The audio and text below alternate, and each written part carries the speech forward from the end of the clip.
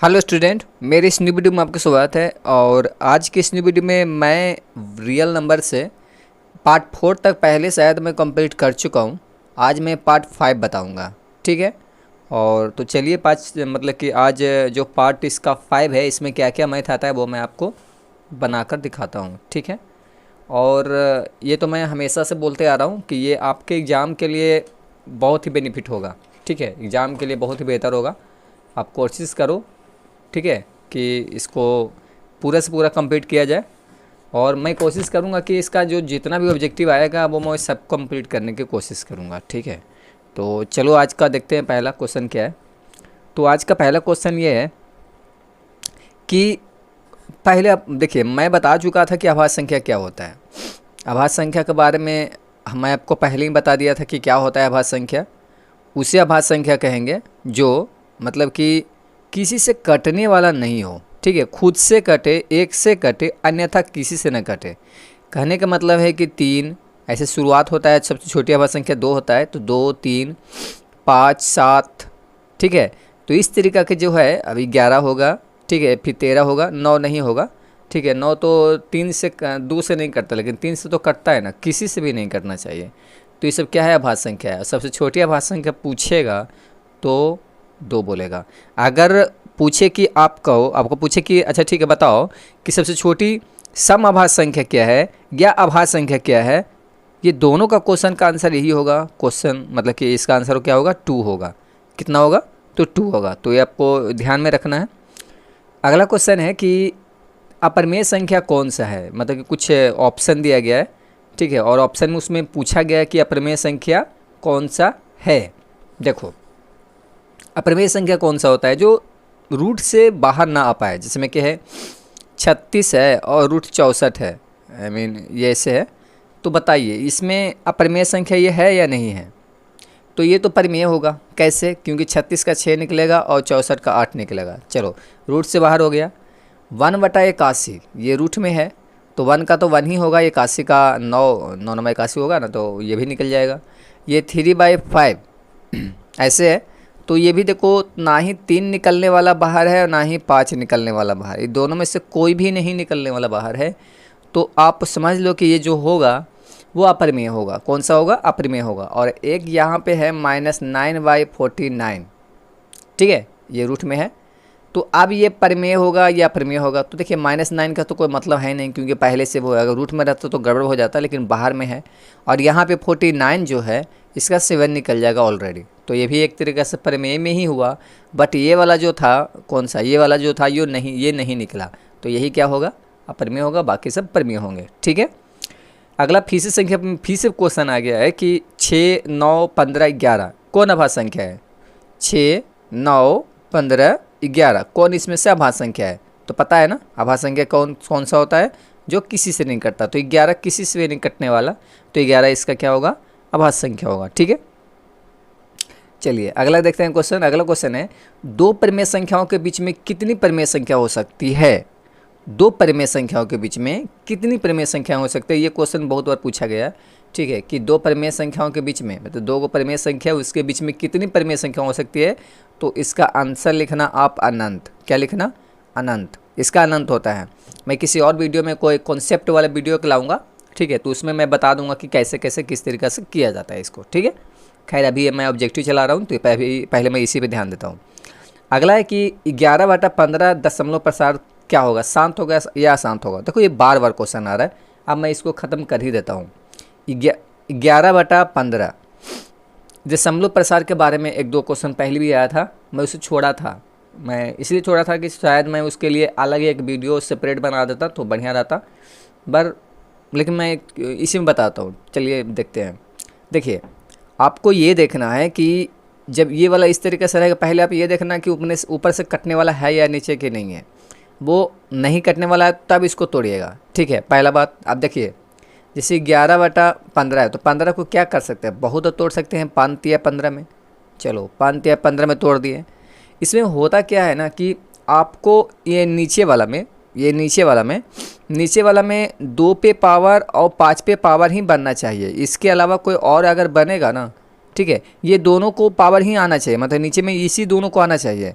ये इस पे 4 आ जाए, 5 आ जाए, 6 आ जाए, 7, जैसे एन और एम होता है, तो इसमें 5, 6, 7, 8 एन बराबर कितनों आवे, एम बराबर ही कितनों आवे, उससे मतलब नहीं है मेरे को, मतलब नीचे वाला से है। नीचे में मतलब बेस में इसका 5 और 2 ही होना चाहिए। अगर इसके साथ में कोई और आता है तो वो अशांत होगा, ठीक है। अगर ये दोनों में से कोई अकेले आता है तो शांत होगा। अब मैं क्या कर रहा हूँ, अगर इन दोनों में से कोई अलग आएगा, जैसे यहाँ पर देखिए, जैसे ऐसे है, मान के चलिए ऊपर में कुछ है, ठीक, ऊपर में कुछ है और नीचे में आ गया 3 पे पावर 2 और 5 पे पावर 7, एक और है, ऊपर में कुछ है और नीचे में आ गया 2 पे पावर 3 और 5 पे पावर 4, ऐसा कुछ आ गया। अब बोलेगा कि कौन इसमें से शांत है, कौन अशांत है, ऊपर में कुछ रहेगा, ठीक है। तो कौन शांत है, कौन अशांत है, तो मान लो कि इसमें कितना है, 3 पे पावर 2 है, ये पहला क्या है, 3 है, तो 3 तो नहीं होगा, पहला बात 3 नहीं आना चाहिए, ठीक है। 2 आना चाहिए, 5 आना चाहिए, 2 और 5 पे चाहे तो पावर कुछ भी हो, उससे मतलब नहीं है, नीचे वाला 2 और 5 होना चाहिए, चाहे तो अकेले में 2 आ जाए, या अकेले मतलब 2 आ जाए, या अकेले 5 आ जाए, ऐसे होना चाहिए। बात आ रहा है आपको समझ में। अब मैं क्वेश्चन को डील करूँगा तो फिर आपको ज़्यादा समझ में आएगा। जैसे देखो क्वेश्चन में है 6/15, एक 11/15 भी है ना, मैं इसे लिखा था ना 11/15, हाँ एक 6/15 भी आ रहा है। तो देखो 6/15 पहले इसी को बताते हैं क्योंकि ये पहले है। तो 6/15 का दशमलव प्रसार क्या होगा, 6/15 का दशमलव प्रसार इसमें क्या होगा। तो देखो 6/15 का जब आपको दशमलव प्रसार पूछ रहा है तो पहले क्या होगा, इसमें बस खाली बोला जा रहा है शांत अशांत। तो पहले देखो ऐसे कर रहे हैं, 6 को क्या लिख सकते हैं, 2 तिया, चलो 6 लिख दिए, और 15 को लिख सकते हैं 3 5 15, हो सकता है ना। 3 से 3 क्या हो गया, कट गया, ऊपर में बचा 2, बच रहा है ना, ऊपर में कितना बच रहा है, ये 2 बचा, 3 से 3 कट गया ना, तो 2 बचा और नीचे में क्या बचा, 5 बचा, तो चलो 5 बचा। अभी हम क्या बोले, मैं क्या बोला कि चाहे तो 5 बचे, चाहे तो अकेले में 2 बचे, या दोनों बचे, चाहे 5 बचे, चाहे 2 बचे, चाहे दोनों में से, मतलब दोनों में से कोई एक रहे या दोनों रहे, तभी शांत होगा। लेकिन इसके अलावा कोई अगर अलग आता है तो नहीं होगा शांत। बात आ रहा है में। तो देखिए 5 आया, तो 5 आया तो ये शांत होगा। अब इसको भी और भी इस तरीके से डिफाइन किया जा सकता है, जैसे कि देखो मान के चलो ना कि 5 आया, 2/5 हुआ, अरे तो 2/5 हुई तो इसे मैं ऐसे नहीं लिख सकते हैं 2/5 को कि 2, ये 2 पे पावर 0 और 5 पे पावर 1, तो ये हो गया ना, ठीक है, NM के रूप में। तो ये इस तरीके से हो गया, इसी तरीके से, यानी क्योंकि 2 पे पावर 0 लिखेंगे जिसको 1 होगा तो इसको कोई तो दिक्कत होगा नहीं, तो इसी फॉर्म में आना चाहिए तभी वो शांत होगा, ठीक है। लेकिन अगर खाली 5 भी आ रहा है तब भी वो शांति हो रहा है, बशर्ते काम वहाँ पे ये है कि 2 पे पावर जो 0 है हम किए ना, उसका मान 1 हो गया, वो यहाँ पे दिखाया नहीं गया, बस आपको ये वाला दिखाए, तो मतलब कि इतना भी आएगा तो आपको क्या होगा, शांत होगा। अब तो क्लियर हो गया होगा। चलिए और भी क्वेश्चन करते हैं तो फिर और भी क्लियर आपको हो जाएगा। अगला क्वेश्चन देखिए है, अभी आ रहा था ना, क्या था, कितना था, 11/15 था, ठीक है। तो 11/15 है, अच्छा 11, 15 को क्या लिख सकते हैं, 3 5 15, यानी 11, 3 पे पावर भी, मतलब 3 भी सिंगल बार आया है, 5 भी सिंगल बार आया है, एक बार आया दोनों, ठीक है। ये क्या है, देखो ये 15 तो है, इसमें 5 तो है, बट इसमें 3 भी है। हमें चाहिए क्या, बताओ, हमें चाहिए ये वाला दोनों चाहिए, इसमें हमको 3 नहीं चाहिए था, हमको इसमें 2 रहा था, लेकिन इसमें 3 आ गया, तो ये क्या हो जाएगा, अशांत। क्या हो जाएगा, ये अशांत होगा। समझ में आ रहा है ना, ये अशांत होगा, क्लियर होगा। चलो अगला क्वेश्चन देखते हैं। अब शांत अशांत अगर शायद आपको, मतलब आपके सामने आ जाएगा तो शायद आपको समझ में आ जाएगा मेरे हिसाब से ना। अगर नहीं समझ में फिर कब कमेंट कर सकते हो, कोई दिक्कत नहीं है। चलिए अगला देखिए क्वेश्चन, परिमेय संख्या कौन सा है, √3 है, 2√2 बटा में √2 है, 4 + √5 है, √6 है, इसमें से कौन सा है जो परिमेय संख्या है। देखो ये तो नहीं निकलने वाला, नहीं निकलने वाला, ये भी नहीं निकलने वाला, ये कट जाएगा, ये बस खाली 2 बचेगा, ये निकल गया, ये नहीं निकला। तो यही ना है जो एक मतलब कि सिंपल से आ रहा है, ठीक है, बाहर में आ रहा है रूट के, तो ये क्या होगा, परिमेय संख्या होगा। कौन सा संख्या होगा, परिमेय संख्या होगा। अगला क्वेश्चन देखते हैं। अगला इसमें क्वेश्चन है कि 2 क्रमिक सम संख्याओं का HCF क्या होता है। क्रमिक क्या होता है, क्रमिक यानी लगातार, ठीक है, क्रमिक यानी क्या, लगातार, यानी एक आप अगर 4 रखोगे तो एक का रखो, 5 नहीं रखो बल्कि 6 रखो, सम में 4 है ना। सम क्रमिक का मतलब है, सम क्रमिक, क्रमिक, ठीक है।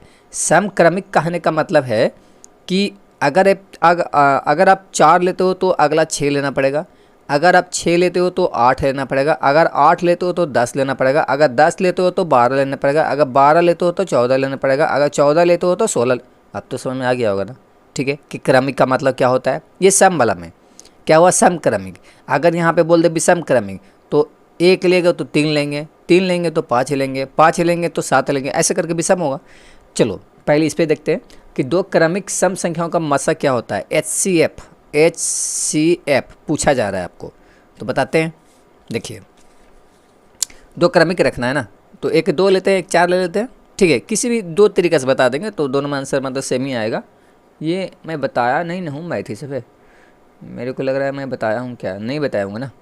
चलिए ठीक है, 2 ये 2 दूना 4, ये कट गया, ठीक है। इस बार से मैं लिख दूंगा कि कहाँ तक मैं बनाता हूँ, कंफ्यूज हो जाता हूँ वहाँ पे। ये कट गया, ये कट गया, 2 दूनी 4 में, तो कटा हुआ के ऊपर क्या होता है, आंसर होता है। यहाँ पे 2 था तो 2 इसका आंसर हुआ। और भाई देखो, अगर 4 लेते हैं 6 लेते हैं तो 6 में भी डिवाइड करते हैं कितना से, 4 से, एक बार में लगेगा 4। चलो घट का है कितना, 2। अब जब 2 आ गया तो ये जब छोटा हो जाता है तो बड़ा वाला अंदर आता है ना, तो छोटा हो गया तो ये मतलब बाहर वाला अंदर आएगा, तो 4 नीचे लाए, ठीक है, दिख रहा है 4 नीचे लाए। अब कितना में करें, 2 दूनी 4, चलो काट दो। ये कटा हुआ कब बगल में होता है, आंसर। तो फिर इसको भी क्या है, 2 ही आया।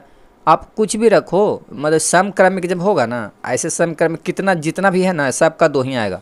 एक आध गो निकाल के दिखा दे, 10 और 12 का देखो, 10 में से क्या किए, 12 किए, तो एक ही बार में लगेगा पहला बात। तो चलो लगा दो, तो कितना घट के आएगा, 2। अभी नीचे आएगा, ये वाला नीचे आया, तो 2 पचे 10, ठीक है, ये भी कट गया। और कटा हुआ के बगल वाला क्या होता है, आंसर होता है, तो 2 इसका क्या हो गया, आंसर हो गया। समझ में आ गया आपको। तो ये तरीका होगा तो वो कहलाएगा क्या, मासा, ठीक है। और 2 क्रमिक सम संख्याओं के पास क्या होता है, क्या होता है, तो 2 होता है। चलो हटाओ, इतना हो गया। अगला देखते हैं। अगला क्वेश्चन है कि यूक्लिड विभाजन एल्गोरिथम को 2 धनात्मक पूर्णांकों के निम्न में से किस परिकलित करने की तकनीक है। मतलब इसमें से जो यूक्लिड विभाजन है उसको से क्या किया जाता है, ठीक है। तो इससे मसा ज्ञात किया जाता है। क्या ज्ञात किया जाता है यूक्लिड विभाजन से, मसा, ठीक है। आपको याद रखना है कि यूक्लिड विभाजन से क्या ज्ञात किया जाता है, तो मसा ज्ञात किया जाता है। पाई एक क्या है, पाई एक क्या कैसी संख्या है, पूछा जाएगा आपको क्वेश्चन कि पाई एक कैसी संख्या है। तो पाई एक अपरिमेय संख्या है। कैसी संख्या है, तो अपरिमेय संख्या है, ठीक है। तो अब ये वीडियो 12 मिनट का बन चुका है, अब मैं इसे स्टॉप करता हूँ और नेक्स्ट पार्ट बनाता हूँ, ठीक है। तो आज के लिए इस वीडियो में इतना ही रहने देते हैं। वीडियो अच्छा लगा तो वीडियो को एक लाइक ज़रूर कीजिएगा, ठीक है, ताकि मेरे को मोटिवेट मिले। और सब्सक्राइब नहीं किए होंगे तो सब्सक्राइब भी कर दीजिएगा, बेल आइकन भी ओपन कीजिएगा, ताकि जब भी मैं कोई न्यू वीडियो अपलोड करूँगा तो इसका नोटिफिकेशन सबसे पहले आपके पास में पहुँच पाएगा। तो ठीक है, मिलते हैं नेक्स्ट वीडियो में। Thank you.